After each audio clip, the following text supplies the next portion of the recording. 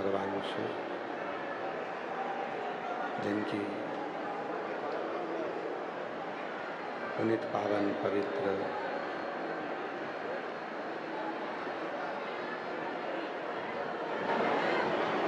शिव महापुराण की कथा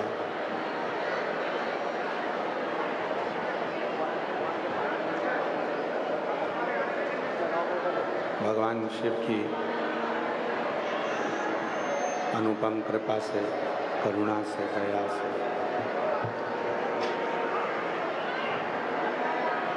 ये पवित्र पावन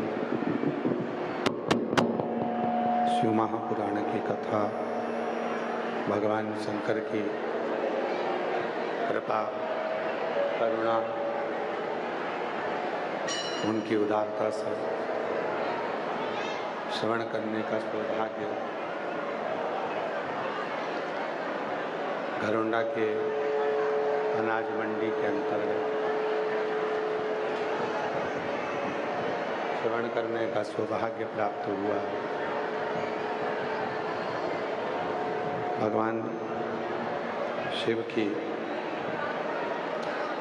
पवित्र पावन कृपा जो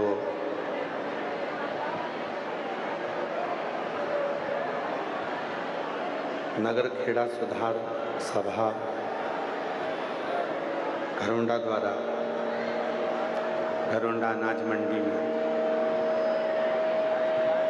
ये पवित्र पावन शिव महापुराण की कथा सुनने का सौभाग्य प्राप्त हुआ और ये पवित्र कथा नगर खेड़ा सुधार सभा घरोंडा द्वारा आयोजित की गई। बड़े सौभाग्यशाली हैं सभी शिवभक्त जो इस पवित्र कथा के लिए, इस पवित्र कथा की दिव्यता को धारण किए। एक बार नगर खेड़ा सुधार सभा घरोंडा के लिए एक बार जोरदार ताली बजाकर उनका साधुवाद, वंदन, अभिनंदन। जिन्होंने घरोंडा मंडी अनाज मंडी के अंतर्गत इस दिव्य कथा का आयोजित किया। कथा के इस पवित्र पावन प्रांगण में विराजमान हरियाणा सरकार के माननीय स्पीकर महोदय श्री अरविंद कल्याण जी, एक बार इनके लिए भी जोरदार ताली बजाकर साधुवाद, वंदन, अभिनंदन। जिन्होंने इस कथा को प्रत्यक्ष अप्रत्यक्ष रूप से इस कथा को दिव्यता प्रदान करी। मैं पुनः आपको बहुत बहुत साधुवाद देता हूँ। शिव कथा कहती है, भगवान शंकर का चरित्र कथा है, शिव पुराण कहती है, भगवान ओघड़दानी का चरित्र वर्णन करता है, भगवान शिव का पवित्र चरित्र कहता है। आज कथा का 7वां दिवस है। 7वां दिन कथा विराम हो जाएगी तो बाबा देवादिदेव महादेव की करुणा कृपा, उसकी उदारता से ये 6 दिन पूर्ण होकर 7वें दिन की कथा यहाँ प्रारंभ हुई। शिव जो संपूर्ण जगत का कल्याण करने वाले हैं,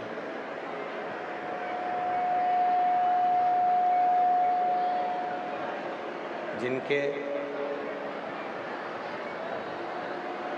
केवल नाम मात्र के उच्चारण से ही संपूर्ण जगत का कल्याण हो जाता है।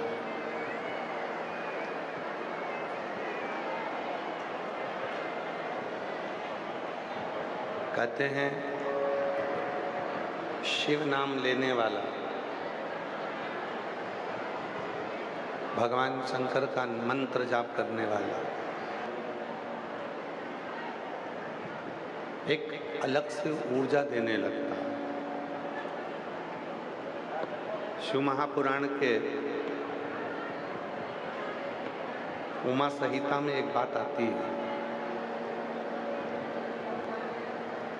शिव महापुराण की उमा संहिता कहती है, जब सबके साथ बैठकर आप शिव जी के मंत्र का उच्चारण करते हो, सबके साथ बैठकर जब आप भगवान शंकर के मंत्र का स्मरण करते हो, सबके साथ बैठकर जब आप भगवान शंकर के मंत्र का उच्चारण करते हो,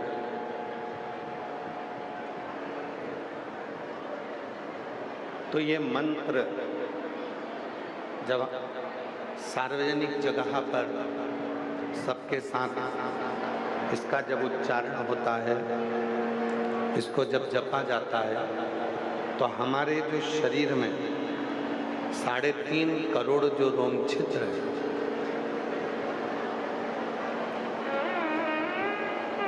मनुष्य का जो शरीर है, मानव का जो देह का जो शरीर है, मानव का जो शरीर है, मानव की जो देह है, प्रत्येक मानव के शरीर में 3.5 करोड़ रोम छिद्र होते हैं। रोम छिद्रों से ये मानव का शरीर बना हुआ है, और 3.5 करोड़ रोम छिद्रों से जो ये मानव का शरीर है, वो शरीर केवल उसकी सुंदरता देखने के लिए नहीं है।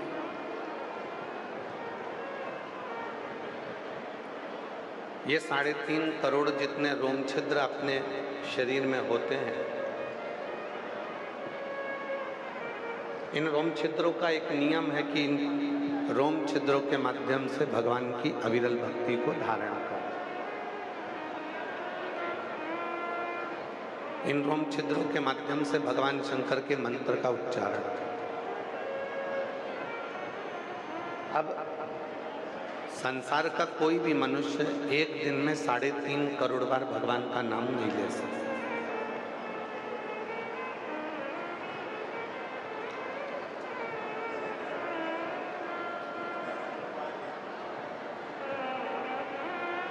संसार का कोई भी मनुष्य होगा, वो एक दिन में 3.5 करोड़ बार मंत्र का उच्चारण नहीं करता है, मंत्र जप नहीं करता।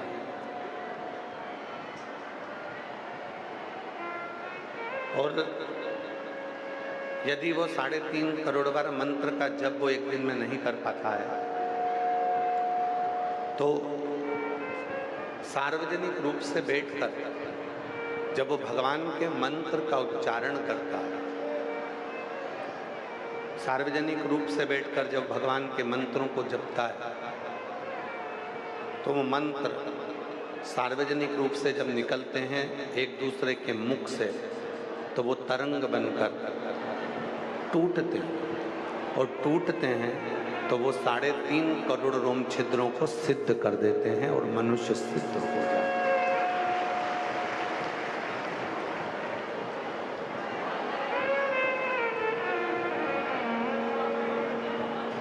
3.5 करोड़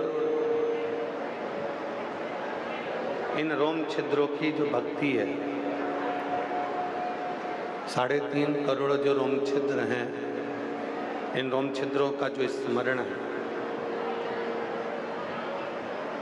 3.5 करोड़ जो रोम छिद्रों के द्वारा जब हम सार्वजनिक रूप से भगवान की भक्ति करते हैं, सार्वजनिक रूप से हम भजन करते हैं, तो वो भजन जब तरंगों के रूप में इन शरीर में प्रवेश करता है,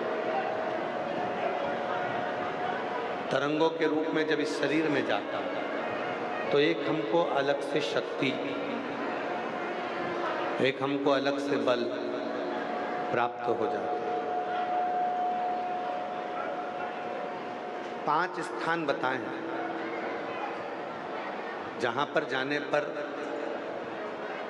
पहुँचने पर ये हमारे शरीर के 3.5 करोड़ रोम छिद्र शुद्ध हो जाते हैं और भगवान की अविरल भक्ति में डूब जाते हैं। वो 5 स्थान कौन से हैं? 3.5 करोड़ रोम छिद्रों को सिद्ध करने के लिए, शुद्ध करने के लिए, भक्ति करने के लिए वो 5 स्थान बताए। पहले नंबर पर है अपने माता की गोद, अपनी माता के चरणारविंद, अपने माता की नजदीकता। दूसरे नंबर पर है अपने पिता की गोद, पिता के चरणों की नजदीकता। इन 3.5 करोड़ रोम छिद्रों को कितना सुंदर कहा गया शिव पुराण के उमा संहिता में कि 3.5 करोड़ बार यदि आप मंत्र का जप रोज नहीं कर पाते हो, तब अपने माता पिता के पास बैठकर यदि एक बार भी श्री शिवाय नमस्तुभ्यम बोलते हो, ओम नमः शिवाय बोलते हो, नमः शिवाय बोलते हो, राम नाम बोलते हो, कृष्ण नाम बोलते हो, तो वो 3.5 करोड़ रोम छिद्रों को तृप्त कर देते हैं।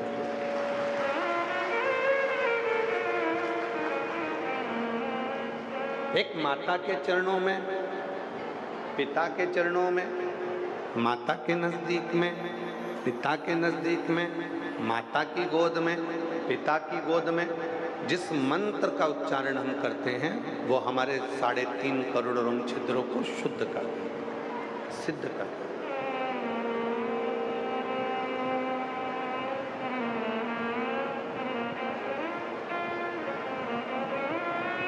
वो ऐसे रोम छिद्र है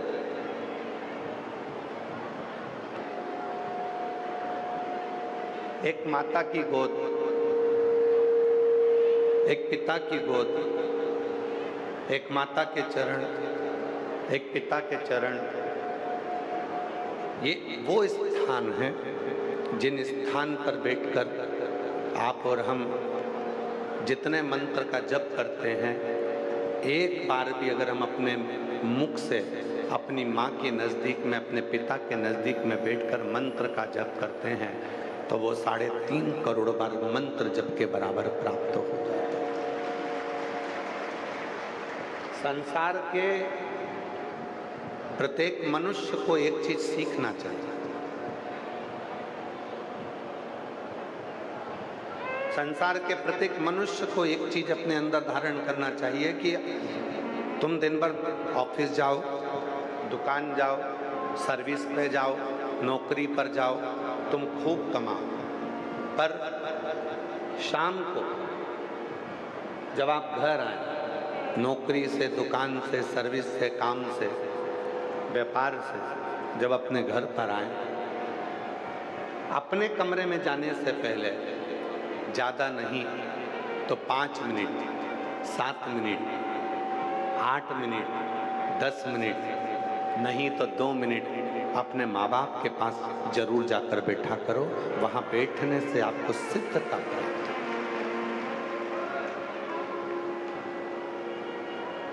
कुछ देर के लिए। आज दुनिया के लोग क्या करने में लगे हैं? आज दुनिया के लोग बड़े बड़े गुरुजियों को ढूंढने में लगे हुए हैं। हम उनके पास जाकर बैठेंगे, हम उनके पास जाएंगे। गुरुजी के पास बैठने का तुम्हारे पास समय है, गुरुजी से बात करने का तुम्हारे पास समय है, गुरुजी को फॉलो करने का तुम्हारे पास समय है, पर अपने बुजुर्ग माँ बाप को फॉलो करने का समय तुम्हारे पास में है।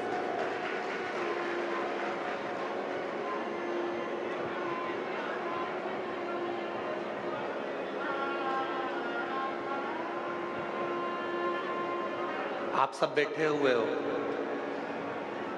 पहले के समय में इतने सारे खिलौने नहीं होते थे। पहले के समय में इतने सारे खिलौने नहीं होते थे। टायर, ट्यूब, गाड़ी का जो साइकिल का टायर है, साइकिल का जो ट्यूब है, गाड़ी का जो टायर है, गाड़ी का जो ट्यूब है, उससे डंडी से मार मार कर उससे खेला करते थे।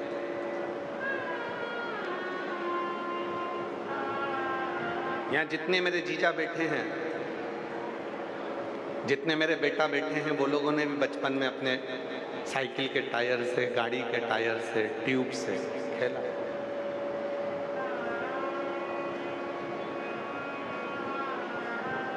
पहले लोग साइकिल के टायर ट्यूब से खेलते थे और आज का व्यक्ति यूट्यूब से खेलता है।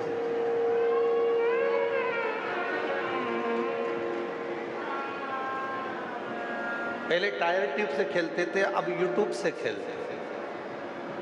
टायर ट्यूब से खेलते थे तो शरीर को लाभ होता था, यूट्यूब से खेलते हो तो शरीर को लाभ नहीं होता, बैंक खाली हो जाता है, घर का पैसा खाली हो जाता है, धन खाली हो जाता है, संपदा खाली हो जाती है। इसीलिए शिव महापुराण की कथा कहती है, 5 जगह बताई है जहाँ पर ये 3.5 करोड़, प्रत्येक मनुष्य के शरीर में रोम रोम, बारीक बारीक छेद। आप अपने हाथ को देखोगे, अपने शरीर को देखोगे तो बारीक बारीक, अपनी उंगलियों को देखोगे तो बारीक बारीक छेद तुमको नजर आएंगे। ये 3.5 करोड़ छिद्र हैं जो हमारे शरीर में हमें परमात्मा ने दिए। और ये 5 जगह पर ही शुद्ध और सिद्ध हो सकते।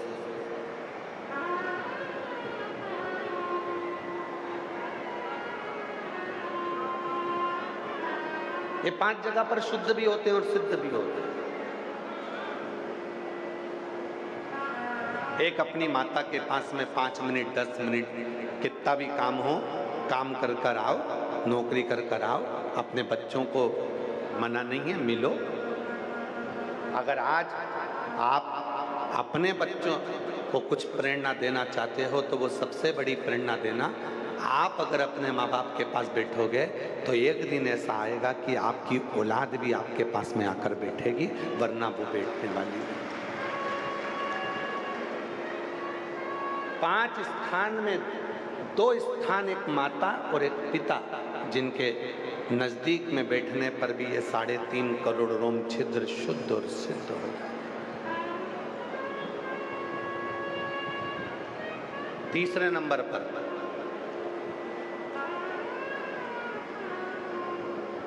जिसको आप दिल से मानते हो, जिसको आप दिल से भजते हो, जिसको आप दिल से, हृदय से, चित्त से, जिसको आप सम्मान देते हो, आदर देते हो, सत्कार देते हो, अगर उसके पास बैठकर भी आप मंत्र का स्मरण करते हो तो वो आपको सुख देता है।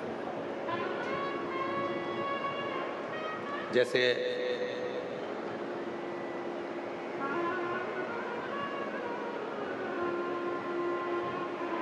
हम गाड़ी में आते हैं तो संदीप गर्ग जी एक बात कहते हैं, और एक बार नहीं, वो 2-3 बार बोल चुके कि गुरुजी, जो माननीय स्पीकर महोदय हैं हरियाणा के श्री हरविंदर कल्याण जी, संदीप जी के मुंह से हमने 2-3 बार सुना तो हम सुनते, कहा मैं उनको संत मानता हूँ, मैं उनको गुरु मानता हूँ। तो एक दिन 2-1 बार सुन लिया तो हमने पूछ लिया, तुमने संत कैसे माना? तो कहा, गुरुजी, वो छोटा व्यक्ति हो चाहे बड़ा व्यक्ति हो, साइकिल चलाने वाला हो चाहे गाड़ी चलाने वाला हो, जितना गाड़ी चलाने वाले से प्रेम करते हैं उतने ही साइकिल चलाने वाले से प्रेम करते हैं, इसलिए उनको संत मानते हैं। संत की जो परिभाषा होती है, यही तो परिभाषा होती है कि सब में समता का भाव, सब में सम का भाव। हम 2-1 बार से सुन चुके तो हमने उनसे पूछा कि भाई तुम स्पीकर महोदय को संत और गुरु का भाव देते हो तो किस बात? तो कहा सब में समता। और मैं स्पीकर महोदय को साधुता देता हूँ आपके स्वभाव के लिए। भगवान कितनी भी उन्नति की सीढ़ी पर आपको लेकर जाए, आपका स्वभाव ऐसा ही रखना जो आज है, सभी भक्तों के प्रति, सभी लोगों की सहजता का, सरलता का। तो तीसरे नंबर पर 3.5 करोड़ रोम छिद्रों की जो सिद्धता कही गई, वो सिद्धता कही गई अपने जिसको आप बहुत मानते हो, चाहे आपका दोस्त हो, चाहे आपकी बहन हो, चाहे आपका भाई हो, चाहे आपकी भाभी हो, चाहे आपकी बहू हो, चाहे आपका पोता हो, चाहे आपकी पोती हो, चाहे आपका नाती हो, चाहे आपका पंथी हो, चाहे आपका पति हो, चाहे आपकी पत्नी हो, चाहे आपके पड़ोसी हो, चाहे कोई गुरु हो, चाहे कोई महात्मा हो, चाहे कोई रिश्तेदार हो, चाहे कोई अड़ोसी हो, चाहे कोई पड़ोसी हो, जिसको आप बहुत स्नेह करते हो, मानते हो, उसके पास बैठकर भी अगर आप भगवान के नाम का उच्चारण करते हो तो वो 3.5 करोड़ रोम छिद्रों को शुद्ध और शुद्ध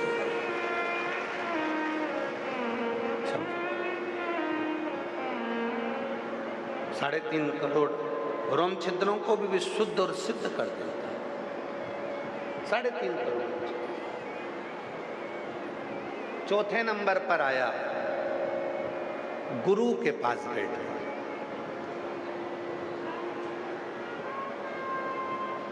और गुरु कौन? गुरु की परिभाषा क्या है?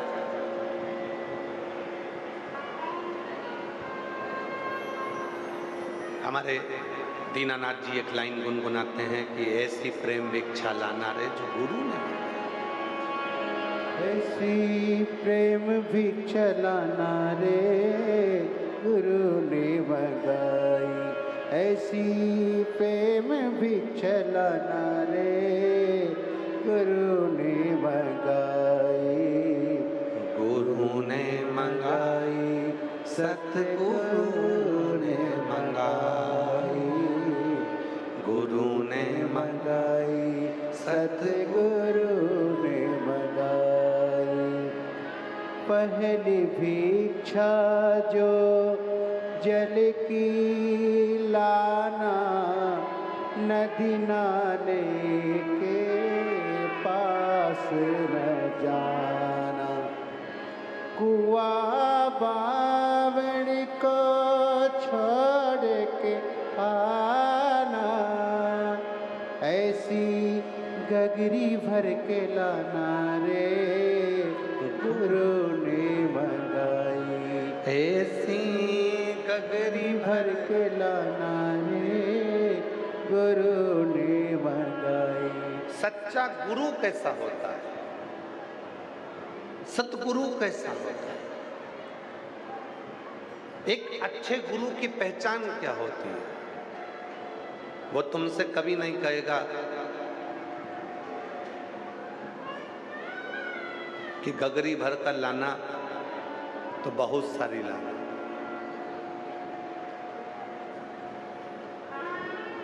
वो तो कहेगा कि कुआं और बावड़ी के पास भी मत जाना और गगरी भर कर लाना। वो गगरी है प्रेम की,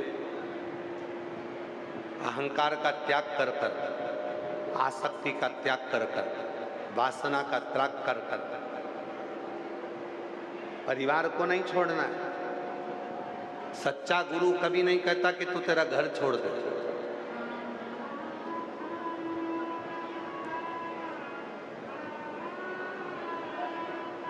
जब कई लोग कहते हैं ना कि हमारा लड़का उन गुरुजी के चक्कर में चले गया, अब वो गुरुजी के साथ ही रहता है, हम उस गुरु को गुरु नहीं मानते।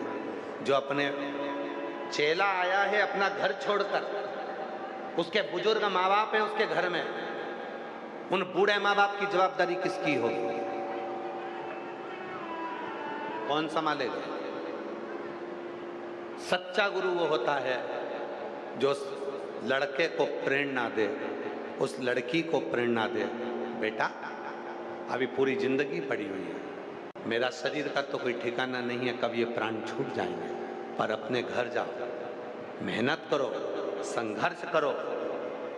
आप मुझे गुरु मानते हो तो मेरी वाणी पर भरोसा करो। गृहस्थ आश्रम से बड़ा कोई दुनिया में आश्रम नहीं होता।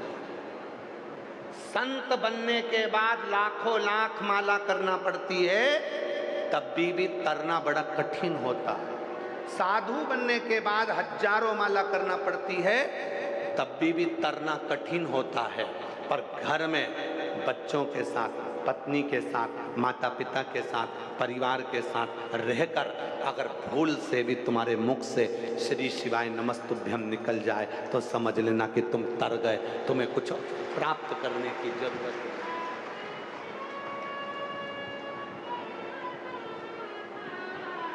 कुछ नहीं।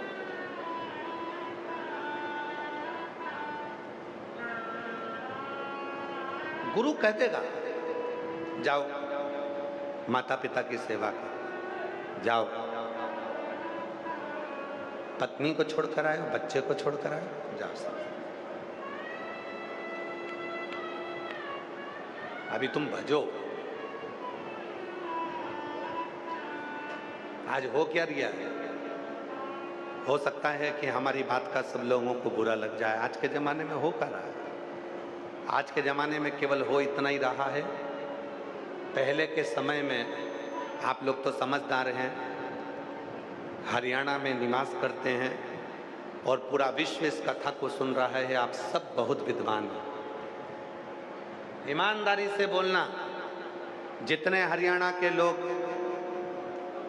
यहाँ बैठे हैं गरुड़ा की पवित्र धरा पर, जितने हरियाणा के लोग कथा को श्रवण कर रहे हैं और जितने देश विदेश में बैठकर भक्त कथा को सुन रहे हैं, ईमानदारी से बोलना, आम का पेड़,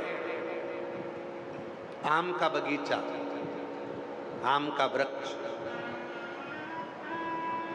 कच्चा आम, हरा आम, अगर अपने आप वो हरा आम, कच्चा आम अपने आप जमीन पर नहीं गिरता, उसको झड़ाना पड़ता है, डंडे से गिराना पड़ता है या आपस में घर्षण होगा तो गिरेगा।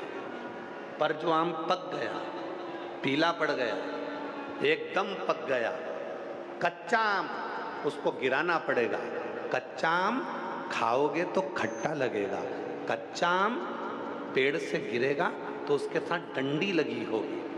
पर पका आम पीला पड़ गया, उसका रंग चेंज हो गया, गिरेगा तो डंडी उसके साथ नहीं होगी, गिरेगा, जो खाएगा वो मीठा होगा। आज के समय में इतने सारे लोग घर छोड़ छोड़कर ना जाने किस किस की शरणागति में चले जाते हैं और कहते हैं हम उनके चेले, अब तो हम उनके चेले, अब हमने घर छोड़ दिया। अरे भैया, जिस अवस्था में तुम घर छोड़कर आए हो जरा सी लॉलीपॉप के चक्कर में, तुम वो कच्चे आम हो जिसके साथ डंडी वासना की भी लगी है और आसक्ति की भी लगी है, और तुम वो खट्टे आम हो। पका हुआ आम अपने आप गिरता है, कलर भी चेंज होता है और मीठा भी रहता है।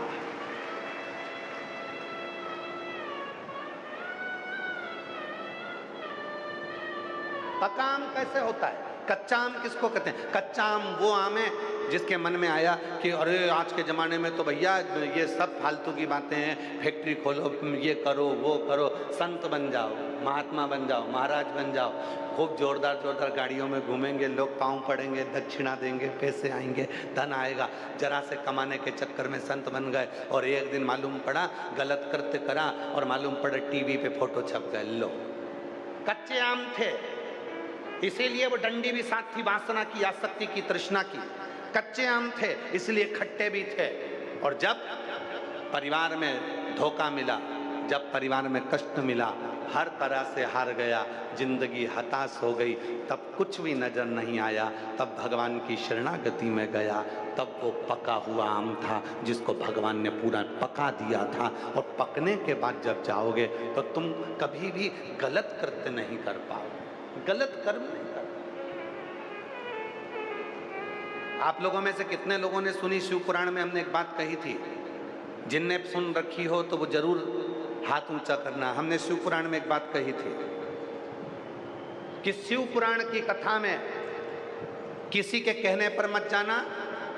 जिस दिन तुम्हारा दिल करे, अंदर से तुम सोच लो कि मुझे गरुड़ा में जाकर शिव पुराण की कथा सुनना है, तब जाना। बोला था कि नहीं बोला था? किसी के कहने पर मत जाना, किसी के बोलने पर मत जाना, भीड़ बढ़ाने को मत जाना। कथा में तब जाना जब मेरा बाबा तुम्हारा हाथ पकड़कर तुम्हारी बुद्धि से, तुम्हारे हृदय से, तुम्हारे चित्त से कथा में लेकर आ जाए, तब कथा में जाकर के।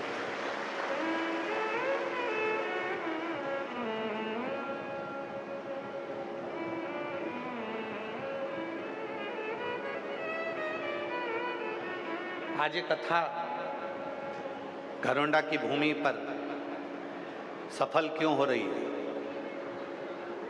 ये कथा के पहले जो हुआ वो अपनी जगह पर है, पर कथा आज सफल क्यों हो रही है? कोई बताए घरोंडा वासी कि आज ये कथा घरोंडा की मंडी में जो चल रही थी 7 दिन हमारे हरियाणा में, हरियाणा का जो गौरव बनी, ये कथा सफल क्यों हुई है? कारण है, पहले उस कथा को लोग केवल खुद की समझते थे। आज जो घरोंडा वासी इस कथा को करवा रहे हैं, ये एक की नहीं है। घरोंडा वालों ने सोच लिया ये कथा घर घर की है, पूरी समाज की है, बच्चे बच्चे की है, जीजियों की है, बुजुर्ग माताओं की है, बुजुर्गों की है। उन्होंने ये सोचा, घरोंडा वासियों ने ये सोचा कि आज इतनी कथा में अगर इस घरोंडा में अगर भक्त आए हैं तो ये शंकर के भक्त आए, ये हमारे घर के मेहमान आए, मैं साधुता दूंगा। कल यूट्यूबरों ने, न्यूज़ चैनलों ने, कल फेसबुक चलाने वालों ने, कल सोशल मीडिया चलाने वालों ने, माननीय स्पीकर महोदय जी, मैं एक बात कहूं आपको कि कल जितने सोशल मीडिया वाले, उन्होंने एक लाइन लिख के डाली थी कि घरोंडा की मंडी, गल्ला मंडी घरोंडा की पूरी भक्तों से भरा चुकी है, इसलिए घरोंडा वासियों, संगत को अब तुम्हें अपने घर में रुकाना है। तो उसमें नीचे जो लोगों ने कमेंट्स करा तो उन्होंने लिख कर डाला कि हम घरोंडा वासियों के घर बाहर से आए हुए भक्तों के लिए खुले पड़े हैं।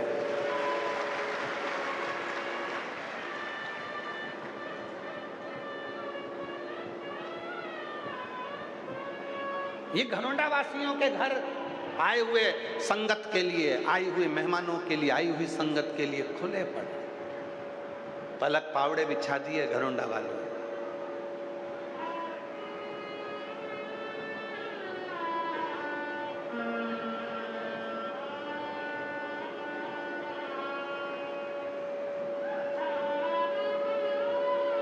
एक कथा हुई थी जहां लोग पानी के लिए भी तरस गए थे, इतनी बड़ी सिटी में होने के बाद भी। और एक कथा छोटे से खेड़े में हो रही है जहाँ पर पानी तो पानी, मीठा पानी, जहाँ पर भोजन, जहाँ पकवान, जहाँ मिठाई, जहाँ खिचड़ी, चावल, मीठा, नमकीन, कोल्ड ड्रिंक, फ्रूटी, लस्सी, टॉफ़ी, बिस्कुट, लोगों ने ऐसे बांटे जैसे इनके घर में बेटी का ब्याह है और बारात आई है। लोगों ने ऐसे बांटे। एक कथा हुई थी बड़ी सिटी में, बहुत नाम हुआ, ये हुआ वो हुआ, पर जिगड़ा चाहिए, जिगरा, और वो जिगरा है हरियाणा वालों में। हरियाणा का व्यक्ति खाना भी जानता है तो खिलाना भी जानता है।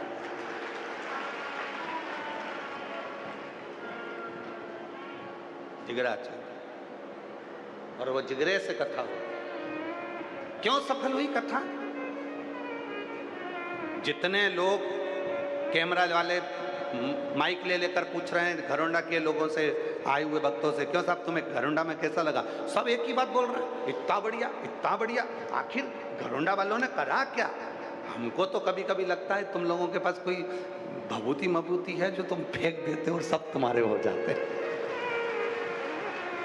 सब तुम्हारे। क्या है घरोंडा में? सब प्रेम। यहाँ 36 कौम, 36 समाज जो एक जगह पर खड़ी हुई है, उसने ये नहीं सोचा कि ये कथा इस समाज की है कि इसकी है। सबने एक ही बात कही, ये अपने घरोंडा की कथा है, अब तो अपने को संभालना है और इसको साधना है। ये अपने घरोंडा और जो दूसरे के लिए सोचता है ना, मेरा ओघड़दानी, मेरा शंकर उसके साथ खड़ा रहता है। जो दूसरे के लिए सोचता, अपने लिए नहीं सोचा, तुमने दूसरे के लिए सोचा। शिव साथ। 5 जगह ऐसी है जहां पर ये 3.5 करोड़ रोम छिद्र शुद्ध और सिद्ध हो। पहले नंबर पर माँ, दूसरे नंबर पर पिता, तीसरे नंबर पर जिससे आपका स्नेह है, और चौथे नंबर पर सद्गुरु गुरु। और गुरु वो जो पहचाने अपने शिष्य को। आज के जमाने में एक होड़ लगी हुई है, अभी गुरु पूर्णिमा आएगी तो होड़ लग जाएगी, गुरु दीक्षा लो, गुरु दीक्षा लो, गुरु मंत्र। गुरु फिरे बाजार में, हमसे दीक्षा लियो, नरक पड़ो चाहे स्वर्ग जाओ, पर लिफाफा हम ही को दे। आज के ज़माने में गुरुओं की होड़ लगी हुई है। हमारे इतने चेले, हमारे इतने शिष्य, हमारे इतने फॉलोअर, हमारे इतने चाहने वाले, आज के ज़माने में होड़ लगी। होड़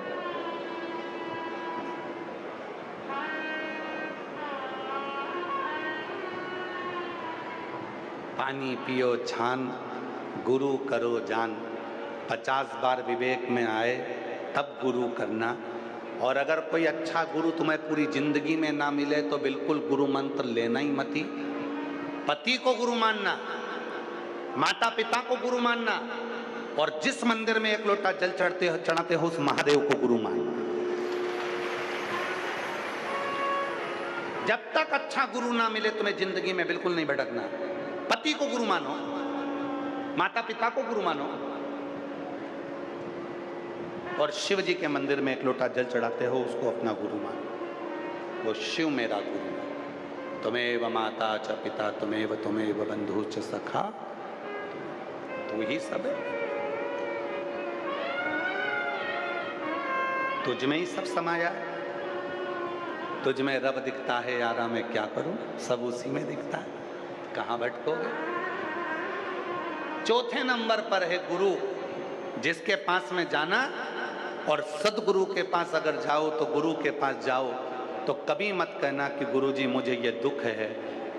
कोई शंकर का भक्त मिल जाए, कोई सदगुरु मिल जाए, तो वहां तो बस केवल एक बार इशारा करो कि गुरुजी हमको कैसे भी देख लें। बस सच्चा गुरु, सच्चा भक्त शंकर का यदि एक बार भी देख ले तो कहने की जरूरत नहीं पड़ती, वो अपनी निगाहों से सब कुछ दे जाता है।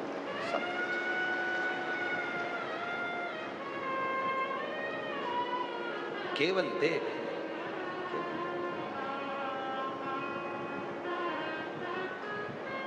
हमने देखा है कई लोगों को बहुत भीड़ रहती है, हम देख नहीं पाते कई बार, तो वो लोग चिल्ला देते हैं हर हर। वो चिल्लाए, ध्यान उनकी ओर जाता है तो देखने में आ जाता, कई बार उनके स्मरण में। गुरु देख ले,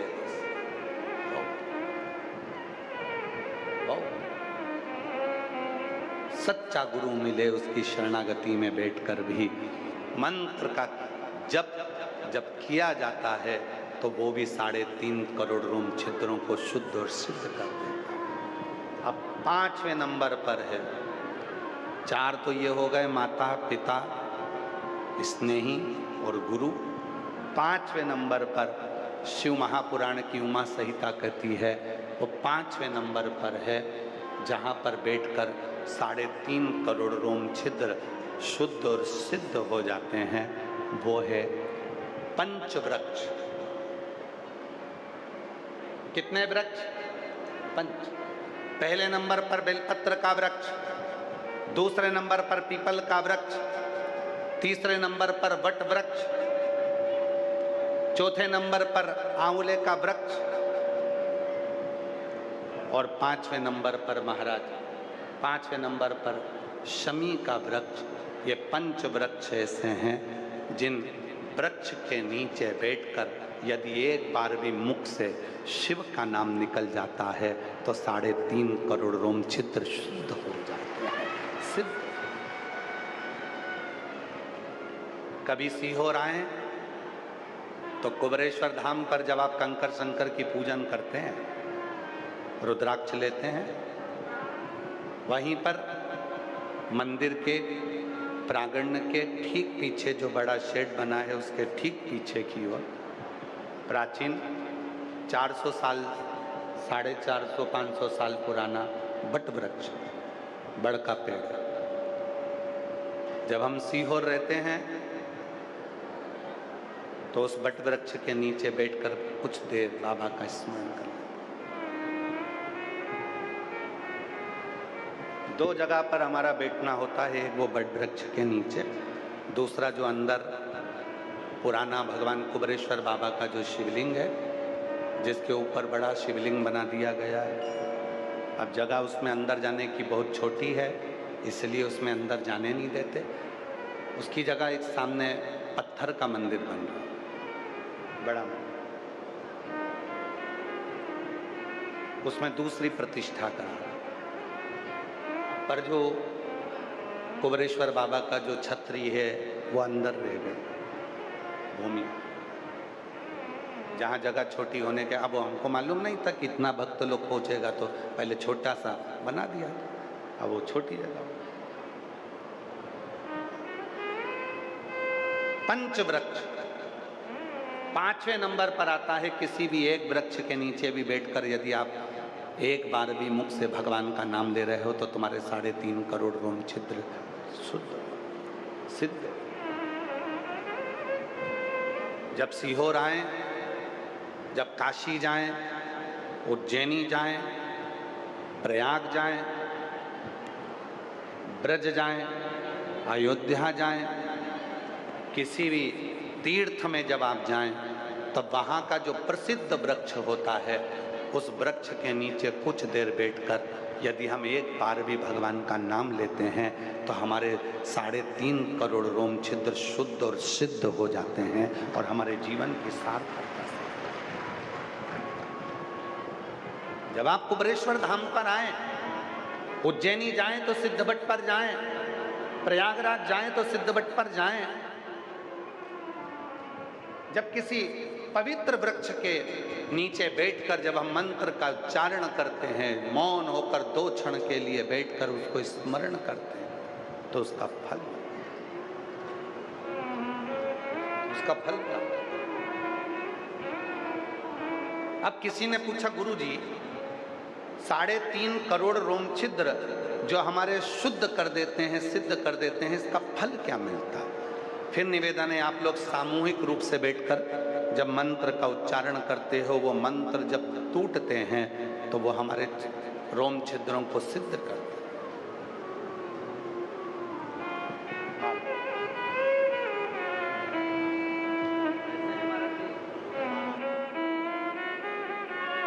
कोई जाए जो काशी में मेरा पैगाम ले जाना, कोई जाए जो काशी में मेरा पैगाम ले जाना।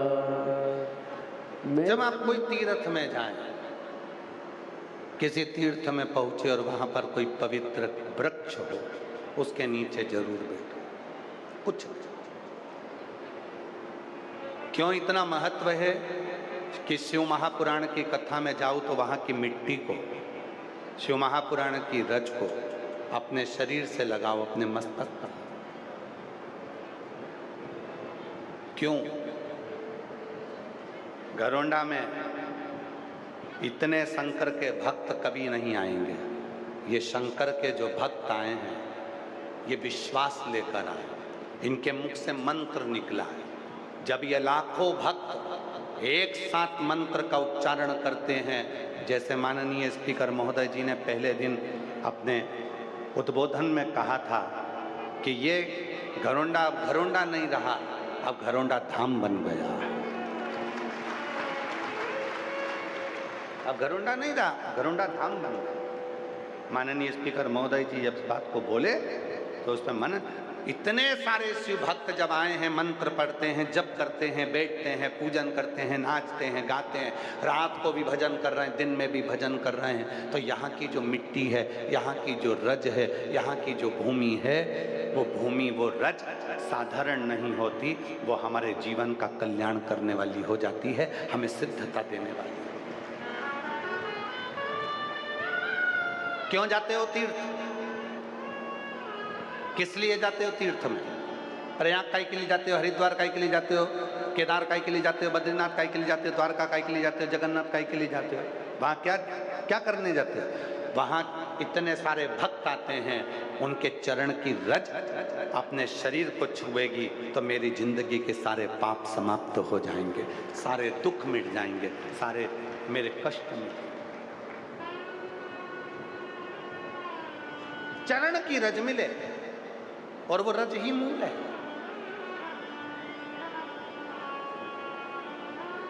रज ही तो मूल है। भागवत जी किस किसने सुनी है? हाथ उठाओ जिन्होंने भागवत सुनी है। सबने सुनी है। भागवत सुनी होगी तो उसमें एक प्रसंग आता है, भगवान ने मिट्टी खाई। सुनी है कि नहीं सुनी? भगवान कृष्ण ने मिट्टी खाई, ये तो सबने सुना, पर श्रीमद् भागवत सुबोधनी में वर्णन आता है कि भगवान मिट्टी क्यों खाए, क्यों खाए, किस लिए खाई? कभी विचार करा कि भगवान ने मिट्टी क्यों खाई? श्रीमद् भागवत में स्मरण करो कि भगवान कृष्ण को क्या जरूरत पड़ गई थी जो उन्होंने अपनी ही चरण की रज उठाकर खा ली, अपने ही पांव की मिट्टी खुद ने खा ली। उसका कारण केवल एक था, एक था। पूतना आई थी, सारे ब्रज के बच्चों को दूध पिलाती पिलाती सबके प्राण हरती हरती आई थी, और सारे ब्रज के जितने बच्चे पूतना के विष से मरे थे, उनके प्राण पूतना के स्तन में भरे थे। जब पूतना भगवान के पास गई और भगवान ने जब उसका स्तनपान किया, दूध पिया, तो सारे ब्रजवासी जो अंदर बच्चे जो मरकर उनके प्राण अंदर फंसे थे स्तन में, उसको भगवान ने खींच लिया। दूध पीने के बहाने भगवान ने खींचा और अपने पेट में उन जीवों को सभी का कल्याण करने के लिए अपने उदर में रख लिया। उदर में रखा। भगवान ने विचार करा, जब मैं गौएं चराऊंगा, गाय को चराने के लिए जाऊंगा, गाय आगे आगे चलेगी, मैं पीछे पीछे चलूंगा, पर बात जब वापिस आएंगे फिर गाय आगे चलेगी, जब गाय आगे चलेगी तो मेरे चरण की रज उड़ेगी, उड़ेगी तो वृक्षों पर जाएगी, पक्षियों पर जाएगी, मनुष्यों पर जाएगी, इनका कल्याण मेरी रज लगने से हो जाएगा। पर जो ये मेरे पेट में जो पूतना के शरीर से मैंने निकाले हैं, इनका उद्धार कैसे होगा? तो भगवान ने अपने ही चरण की रज अंदर मुख में रखकर खा लिया और अंदर बैठे हुए जीवों का कल्याण कर, भीतर बैठे हुए अपने स्नेहियों का, प्रेमियों का भगवान कल्याण, रज को खाया। सबने कथा में सुना भगवान ने मिट्टी खाई, रज खाई, पर क्यों खाई? वो भी तो स्मरण होना चाहिए कि अंदर जो पूतना के शरीर से पूतना ने जो विष पिलाया था, गांव के बच्चों को जो विष पिलाया था, जो मर चुके थे, वो उसके स्तन में थे, उसको खींच लिया था भगवान, अपने उदर में रख लिया था और उनका कल्याण अपने ही चरण की रज से खाकर कर दिया। आज इतने सारे शिव भक्त घरोंडा की मंडी के, इस अनाज मंडी के अंतर्गत घरोंडा में आए हुए हैं, खेड़े में आए हुए हैं। इतने भक्त जब भगवान का भजन करते हैं तो वहाँ की मिट्टी भी, वहाँ की रज भी कल्याण करने लगती, कल्याण।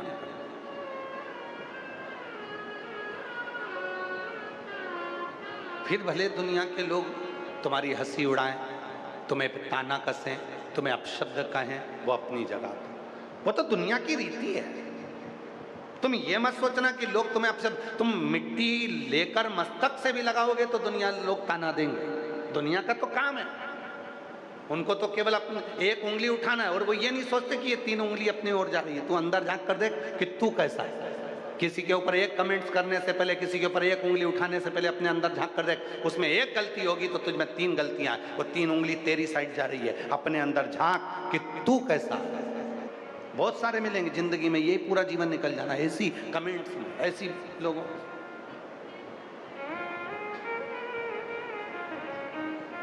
दुनिया की रीति है, वो बिना बोले नहीं रह सकते, क्योंकि दुनिया के लोगों को मालूम है पत्थर कभी भी बमूल के पेड़ पर नहीं मारा जाता, पत्थर कभी भी कांटों के पेड़ पर नहीं मारा जाता, पत्थर हमेशा फल वाले पेड़ पर ही मारा जाता है। जिसमें फल होता है लोग उंगली उसी पर उठाते हैं। तो मैं फल ही नहीं है। अगर कोई तुम पर ताना नहीं दे रहा, कोई तुम पर कमेंट्स नहीं कर रहा, कोई तुम्हें अपशब्द नहीं कह रहा, तो समझ लेना तुम में फलमल नहीं है। जो फलित है, जो फलवान है, उस पर लोग ताना देंगे, उसको लोग अपशब्द कहेंगे, उस पर लोग कमेंट्स करेंगे, दिन रात गाली देंगे, दिन रात अपशब्द कहेंगे, दिन रात। उठाओ, ज्यादा दूर मत जाओ, दिल्ली चले जाओ। भारत के माननीय प्रधानमंत्री जी को देखिए,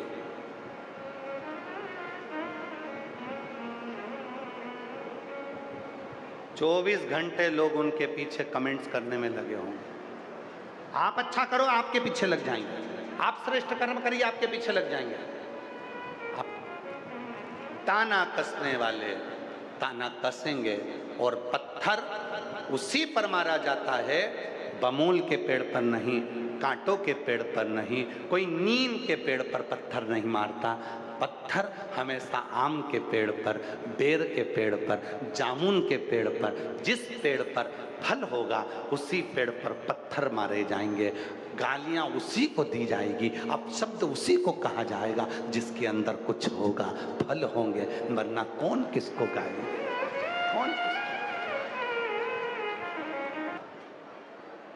इसीलिए क्या क्या विचार करना है, बोले बोलने दो, अपन तो अपनी मस्ती में रहो, भजन करो, चित्त करो, स्मरण करो। जो समय आज मिला है ये समय वापस नहीं आएगा। कई करनाल वाले, कई घरोंडा वाले इंतजार करते रहे, कल कथा में जाएंगे, परसों कथा में जाएंगे, नरसों कथा में जाएंगे, बस 5वें दिन कथा में जाएंगे। पूरे करनाल के, पूरे घरोंडा के, सोनीपत के, पानीपत के, आसपास के, कुरुक्षेत्र के कई लोग विचार करते रहे, बस चलेंगे चलेंगे चलेंगे चलेंगे, और 7 दिन की कथा आज पूरी हो जाएगी। बाद में मन में पछतावा रह जाएगा, इतनी पास में कथा हुई और मैं जा नहीं सकी, पहुंच नहीं सकी, मेरे नजदीक में शिव आए थे और मैं जा ना पाई।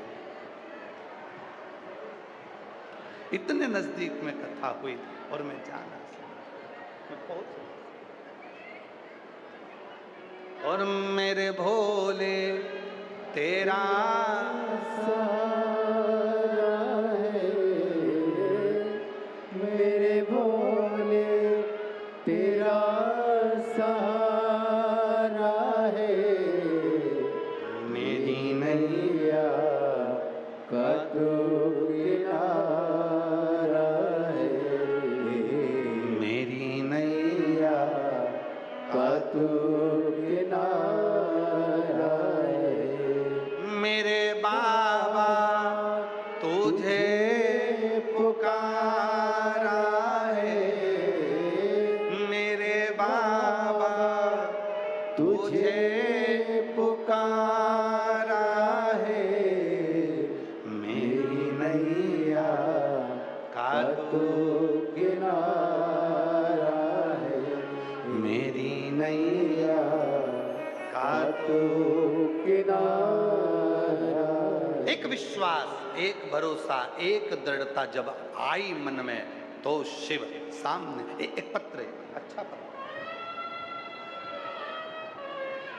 पत्र देखिए, बड़ा सुंदर।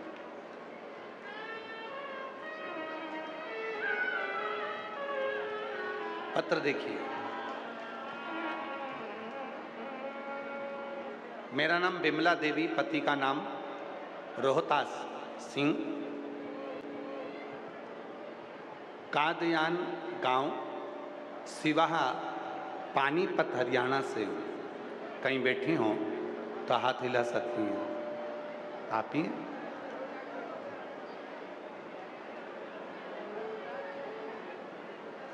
पानीपत हरियाणा से हूँ, मेरा फ़ोन नंबर ही है। भोले बाबा की कृपा का मैं क्या बखान करूं गुरुजी।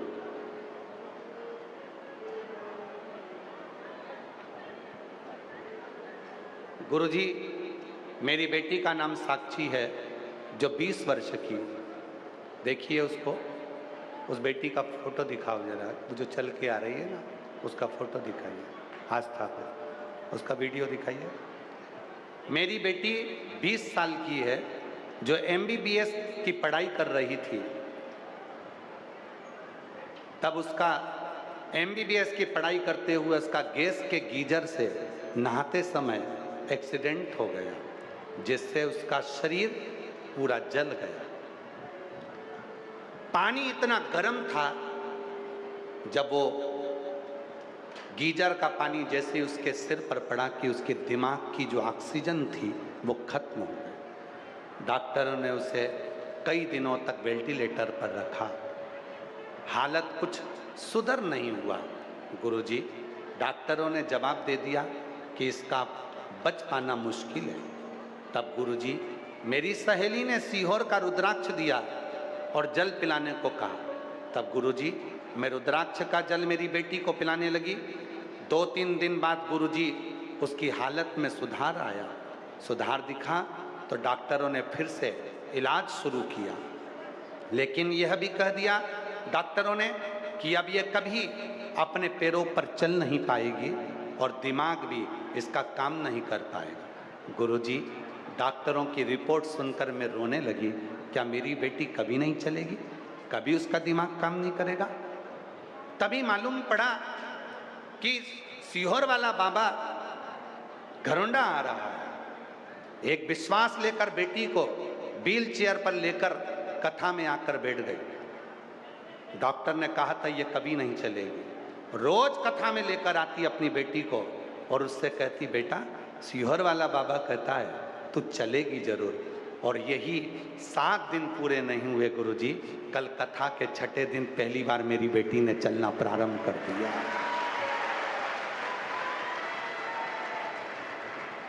कल कथा के 6ठे दिन मेरी बेटी ने पहली बार चलना प्रारंभ कर दिया। आज मैं अपनी बेटी को यहाँ लेकर आई हूँ गुरुदेव। मैं नहीं जानती कि आपकी पुराण शिव पुराण में ऐसा क्या है, पर आज छाती ठोक कर कहती हूँ कि मेरी बेटी को चलाने वाला केवल भोलेनाथ है, जिसने व्हील चेयर से उठा दिया और चला दिया। और अब विश्वास है मेरी बेटी का बुद्धि भी काम करने लगी। जो मेरी बेटी MBBS कर रही थी, उसका एक्सीडेंट जो हुआ गर्म पानी से, गीजर के पानी से, बाबा अब मेरी बेटी में सुधार हुआ है। मैं प्रणाम करने के लिए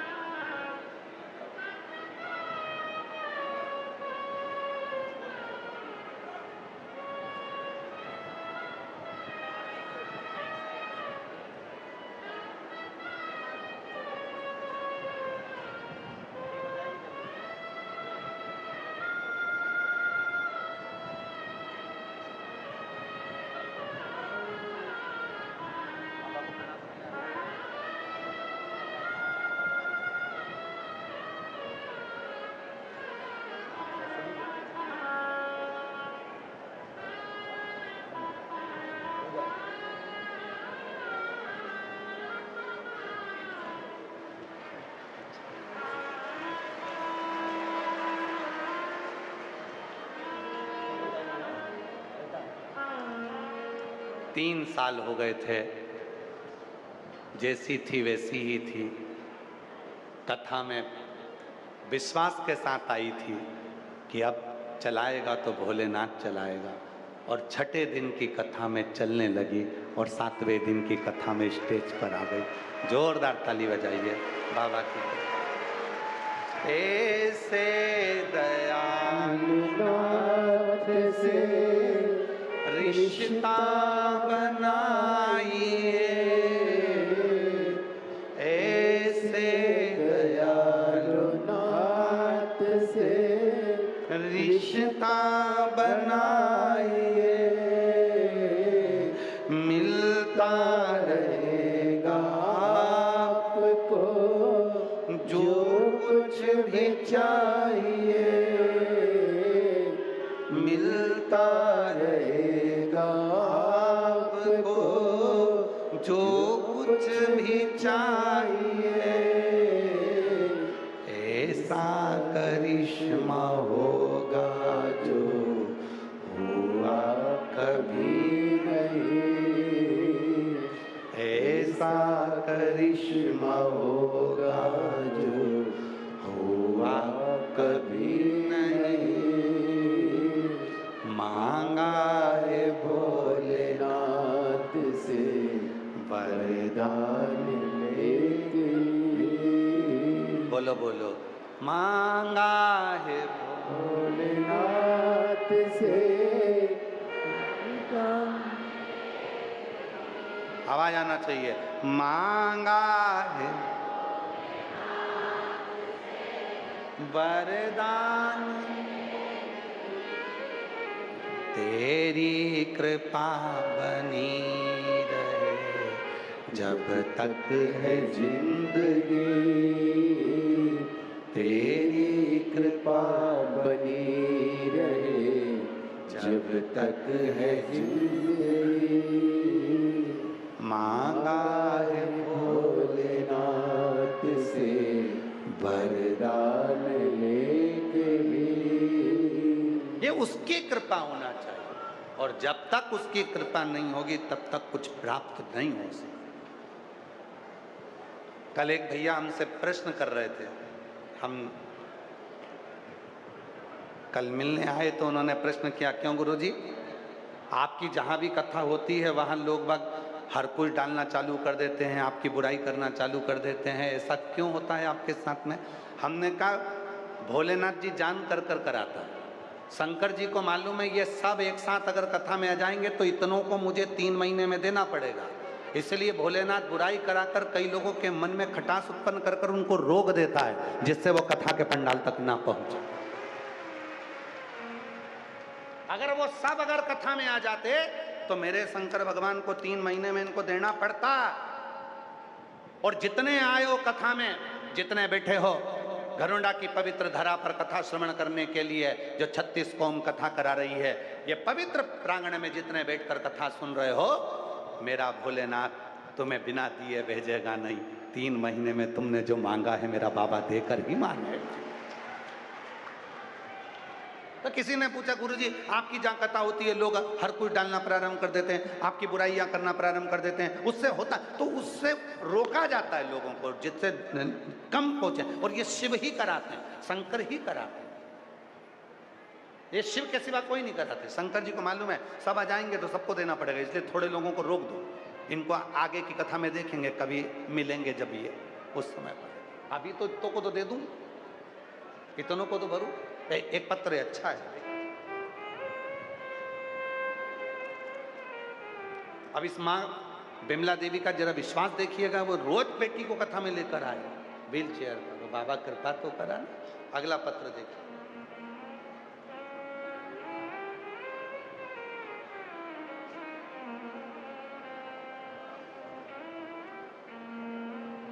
मेरा नाम रेनू आहूजा, मेरे पति का नाम अनिल आहूजा, रायपुर रानी पंचकुला से आई हूँ। कहीं बैठी हो? आप ही हैं? बच्ची आई है क्या साथ में? नहीं आई है? आप आ जाओ, आ जाओ। मेरा नाम रेनू आहूजा, मेरे पति का नाम अनिल आहूजा, हम रायपुर रानी पंचकुला से आए हैं। गुरुजी जरा पत्र को पढ़िएगा। गुरुजी मेरे भोले बाबा की कृपा का मैं क्या वर्णन करूं। मेरी बेटी जिसकी आयु 4 वर्ष थी, मेरी बेटी की आंख में खेलते खेलते अचानक से चोट लग गई। चोट इतनी भयंकर थी कि उसकी आंख पूरी डैमेज हो गई। गुरुजी मेरी बेटी को पंचकुला के सेक्टर 6 में भी दिखाया, तुरंत उनको रेफर चंडीगढ़ कर दिया। पीजीआई में मेरी बेटी का इलाज चला और आखिरी में डॉक्टरों ने बोल दिया कि इसकी आंख अंदर से फट चुकी है, जिसके कारण इसकी आंख के अंदर खून बह रहा है। इमरजेंसी में उसको ऑपरेशन करना होगा। आंख में टांके लगे। गुरुजी, आंखों में टांके लगने के बाद भी, ऑपरेशन के बाद भी डॉक्टर ने बोला कि हो सकता है कि टांके लगने के बाद इसकी आंख में से खून बहना बंद हो जाए, पर खून बहना बंद नहीं हुआ।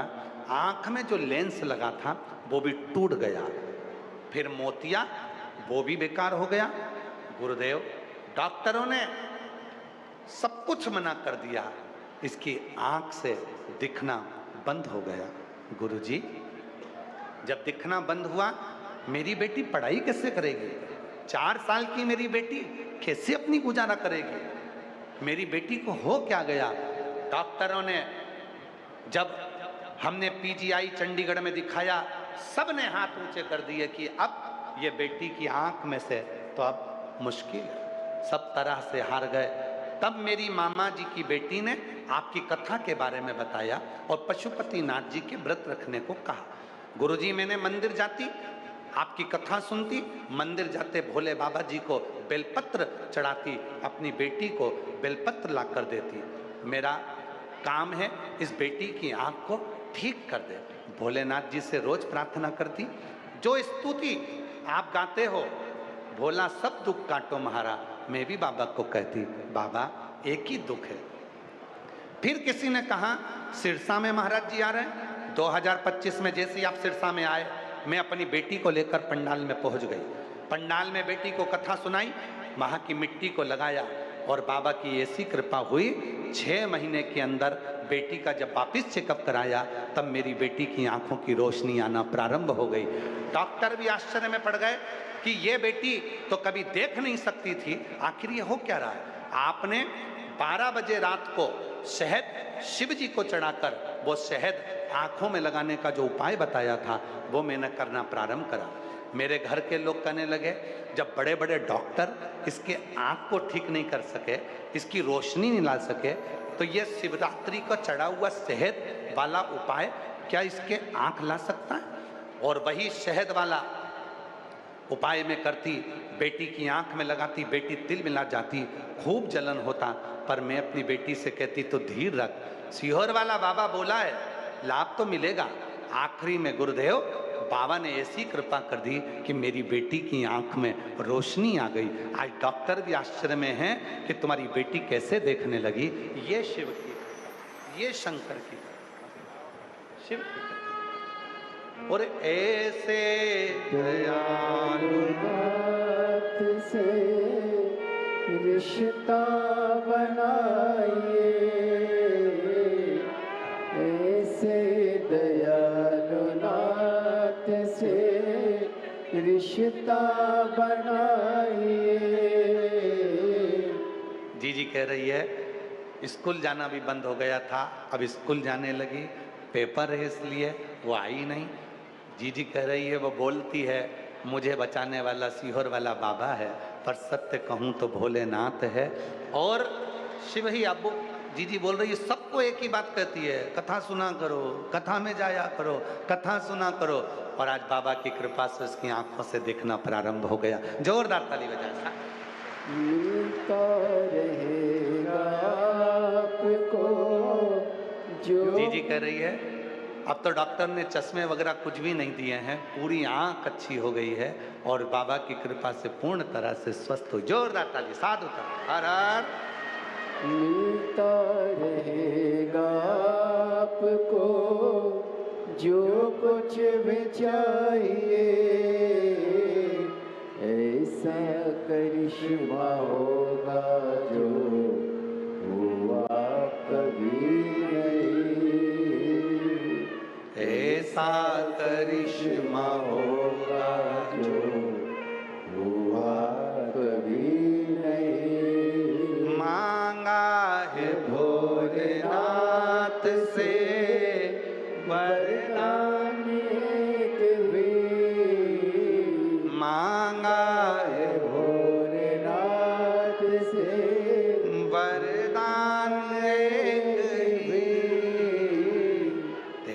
तेरी कृपा बनी रहे जब तक है जिंदगी। शिव कृपा करता है, शिव करुणा करता है, शिव दया करता है, कोई दूसरा नहीं कर सकता। लोगों को हंसी लगती है शिव महापुराण की कथा में, लोगों को लगता है क्यों भैया तुम उस तीर्थ में नहीं जा रहे, तुम वो तीर्थ नहीं जा रहे, और तुम दौड़ दौड़ के सीहोर जा रहे, तुम कुबरेश्वर धाम पर जा रहे। कुबरेश्वर धाम था कब? कुबरेश्वर धाम लोग दौड़ कर जा रहे हैं। आखिर कुबरेश्वर धाम पर ऐसा है क्या?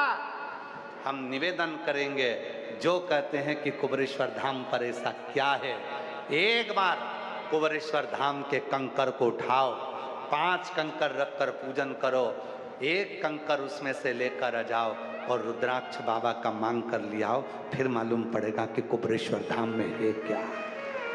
क्या क्या देता है फिर मालूम पड़ेगा। ये इतने लाखों शिव भक्त ऐसे ही आ जाएंगे क्या? ये लाखों शिव भक्त बिना निमंत्रण के, ना तो इनके पास कोई ने पीले चावल दिए, ना इनको निमंत्रण भेजा, ना पत्रिका दी, ना बैनर लगा, ना फ्लेक्स लगा, पूरे घरों में कहीं बैनर फ्लेक्स नहीं, कहीं पत्रिका नहीं, कहीं निमंत्रण नहीं, कहीं पीले चावल नहीं, कोई जाकर हाथ जोड़कर नहीं बोला कि तुम आना। उसके बाद भी बिना प्रचार, बिना प्रसार, बिना बोले, बिना अलाउंस के, अगर भजन संध्या होती है तो पहले अलाउंस करना पड़ता है, आज भजन संध्या ये चौक पे होगी, ये चौक पे होगी, लोग फिर भी ना जाए। और यहाँ क्यों आए हो? क्योंकि सबको मालूम है, सबको पता है, कथा में जाकर बैठूंगी, दिल से सुनूंगी, बाबा से विनय करूंगी, मेरा बाबा मेरे दुख मिटा कर ही रहेगा, ये उसको मालूम। बच्चे का फोटो दिखाया जा रहा है, जिसका भी हो आकर लेकर जाइएगा।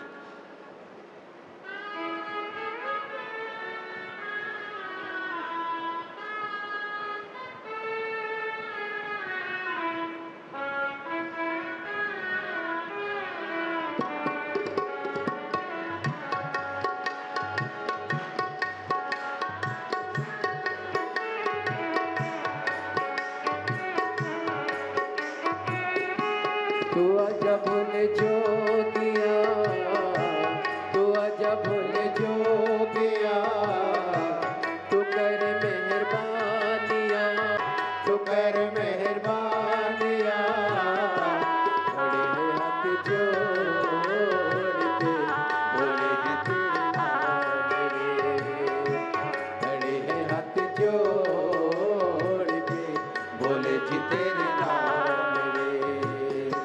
तू आजा भोले जोगिया, तू कर मेहरबानिया, तू आजा भोले जोगिया, तू कर मेहरबानिया, तू आजा भोले जोगिया, तू कर मेहरबानिया, खड़े हैं हाथ जोड़ के भोले जी तेरे नाम रे, खड़े हैं हाथ जोड़ के भोले जी तेरे नाम रे। तू आजा भोले जोगिया, तू आजा भोले जोगिया, तू कर मेहरबानिया, तू कर मेहरबानिया, खड़े हैं हाथ जोड़ के भोले जी तेरे नाम रे, खड़े हैं हाथ जोड़ के भोले जी तेरे नाम रे। तू आजा भोले जोगिया, तू आजा भोले जोगिया, तू कर मेहरबानिया, तू कर मेहरबानिया, खड़े हैं हाथ जोड़ के भोले जी तेरे नाम रे, खड़े हैं हाथ जोड़ के भोले जी तेरे नाम रे। शंभो। राधे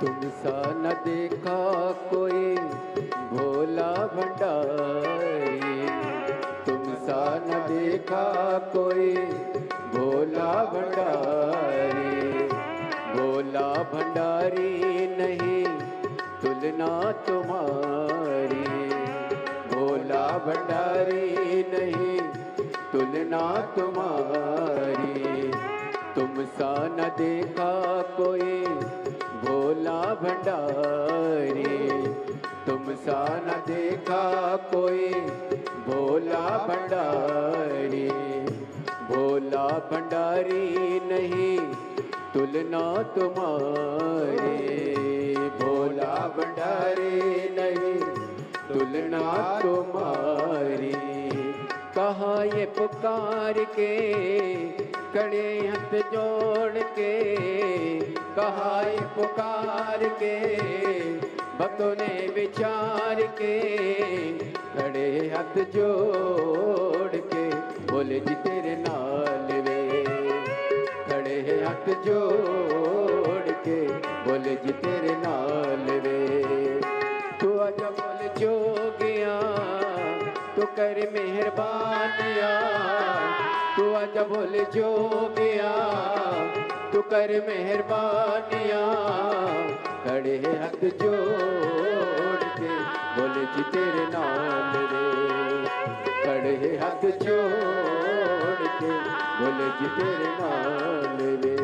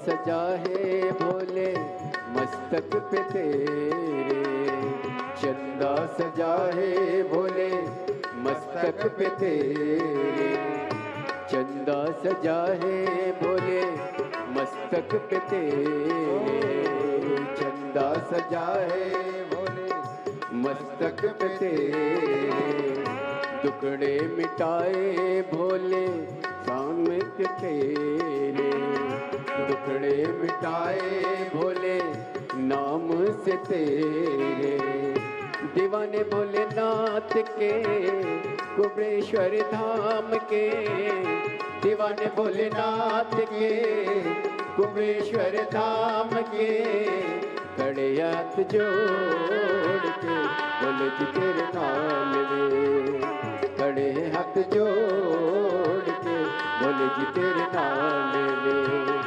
तू आजा बोले जोगिया तू कर मेहरबानिया, तू आजा बोले जोगिया तू कर मेहरबानिया, खड़े हाथ जोड़ के बोले जी तेरे नाम रे, खड़े हाथ जोड़ के बोले जी तेरे नाम रे।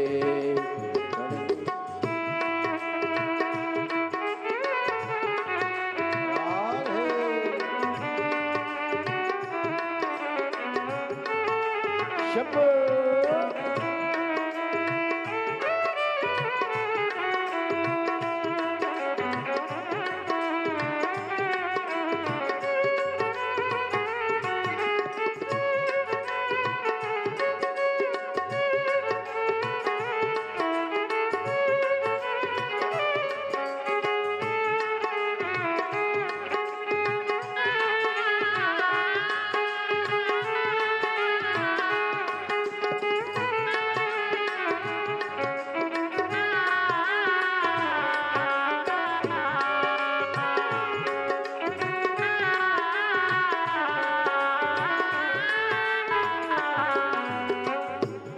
तुमसा न देखा कोई भोला भंडारी, तुमसा न देखा कोई भोला भंडारी, भोला भंडारी नहीं तुलना तुम्हारी, भोला भंडारी नहीं तुलना तुम्हारी।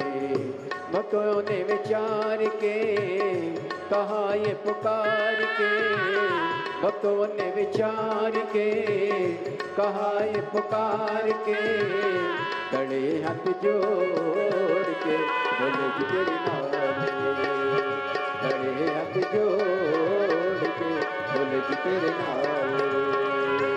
आजा बोले जोगिया तू कर मेहरबानिया, तू आजा बोले जोगिया तू कर मेहरबानिया, खड़े हाथ जोड़ के बोले जी तेरे नाम में, खड़े हाथ जोड़ के बोले जी तेरे नाम में, खड़े हाथ जोड़ के बोले जी तेरे नाम में।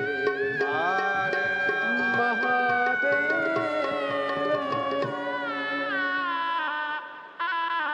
अपने स्थान पर बैठकर बाबा देवाधिदेव महादेव से अपने मन की बात करिए, प्रार्थना करिए, विनय करिए, निवेदन करिए, विनती करिए। बाबा को अपने मन का भाव करें, प्रार्थना करें, विनती करें, निवेदन करें, विनय करें।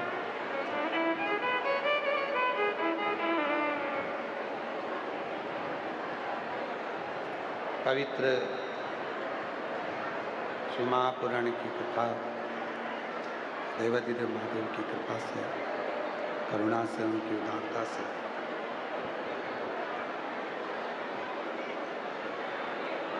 दरोंडा की पवित्र भूमि पर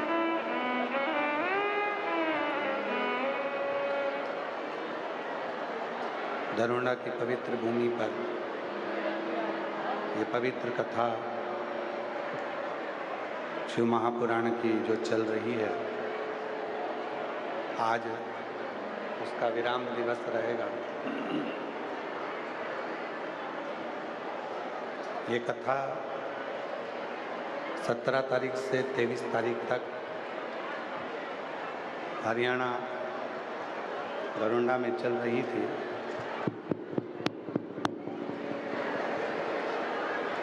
जो आज विराम की ओर जा रही है।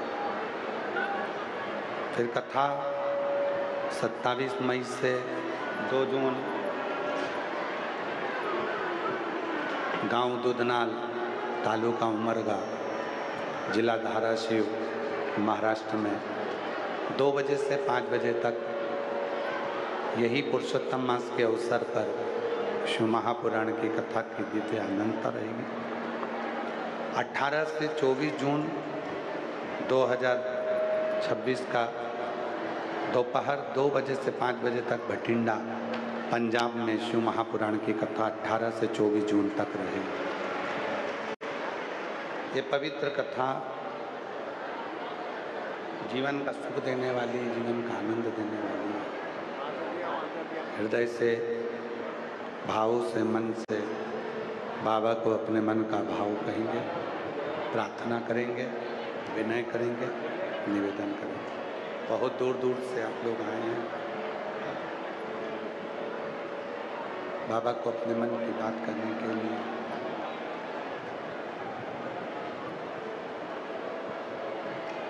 आज कथा का विराम दिवस भी रहेगा। बाबा को अपने मन का भाव करिए, प्रार्थना करिएगा, विनय करिएगा, निवेदन करिएगा। जहाँ जगह मिले वहाँ बैठकर बाबा को अपने मन का भाव करिए, प्रार्थना करिएगा, निवेदन करिएगा। साथ में बोलिएगा, हृदय से पुकारिएगा।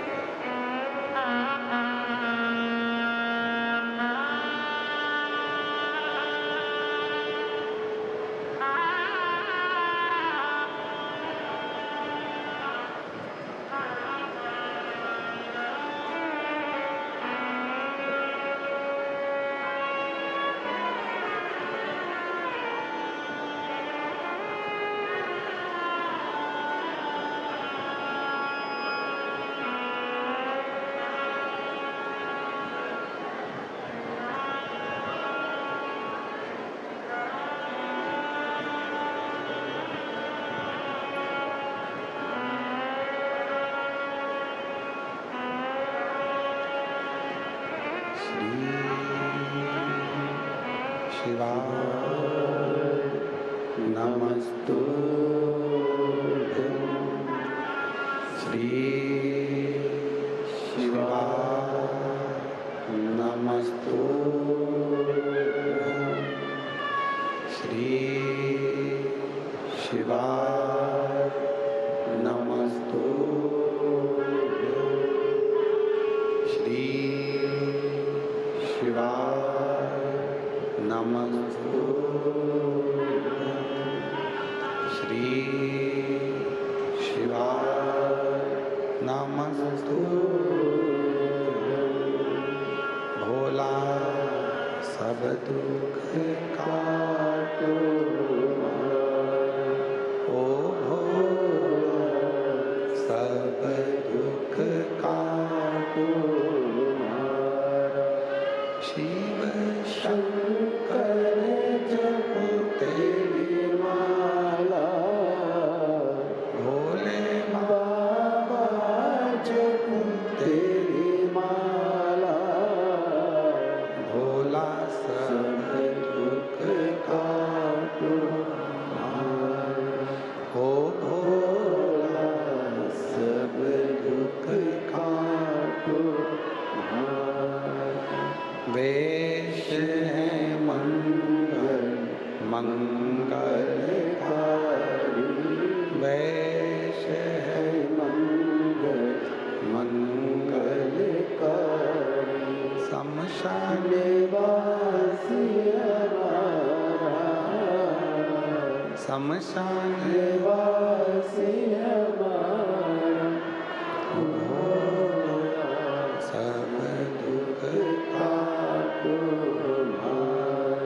ओ भोला सब दुख